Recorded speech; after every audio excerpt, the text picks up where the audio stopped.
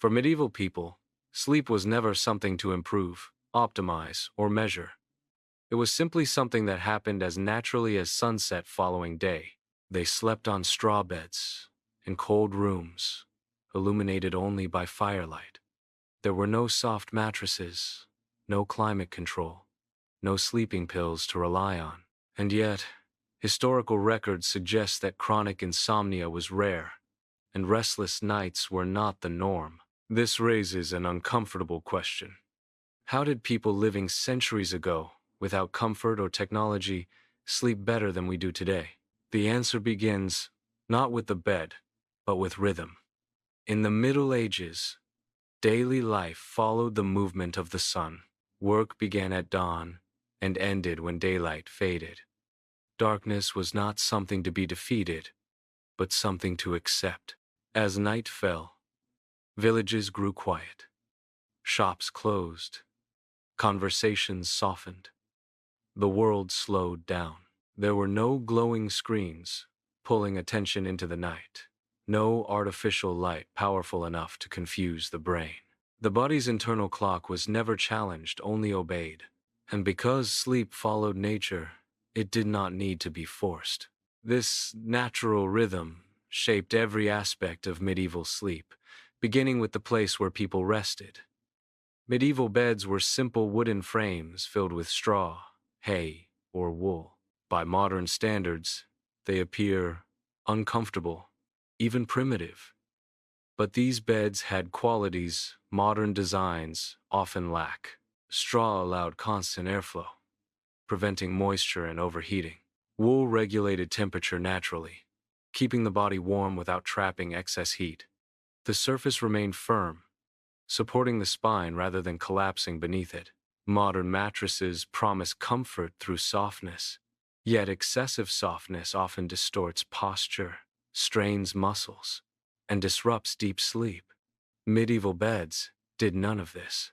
They required the body to rest as it was designed to. But the bed alone was not what made medieval sleep effective. The environment itself played an equally important role. Nights in the Middle Ages were cold, especially in winter, but cold was expected. People slept under layered blankets, near dying fires, sometimes close to family members. Cool air naturally lowered body temperature, a critical signal for the brain to initiate deep sleep. Firelight and candles produced warm, flickering illumination, not the harsh brightness of modern bulbs. Unlike artificial lighting today, firelight did not suppress melatonin. Darkness was respected, not resisted. When night arrived, the body received a clear message. It was time to rest. That message was reinforced by how medieval people lived their evenings. Meals were eaten early, long before sleep. Food was simple and unprocessed bread, made from whole grains, vegetable stews, and only occasional meat. Sugar was rare, caffeine unknown, alcohol consumed carefully, digestion finished before sleep began. Blood sugar remained stable. The nervous system had time to settle. Evenings were quiet. There was no constant stimulation, no endless stream of information demanding attention. Sleep followed not from exhaustion, but from calm. And yet, the most unfamiliar aspect of medieval sleep was not how people slept, but how long. Medieval people did not expect to sleep 8 uninterrupted hours. Instead, they followed a pattern now known as biphasic sleep. After sunset, they entered a first sleep, lasting several hours. Then, naturally, and without anxiety, they woke. This waking period lasted 1 to 2 hours. People prayed, reflected, spoke softly, or simply lay in thought. There was no panic, no frustration, no sense that something had gone wrong. After this quiet interval, they returned to sleep until dawn. Historical texts describe this pattern as normal, even healthy. What we now call insomnia would have been seen simply as night doing what night has always done. Modern society erased this rhythm.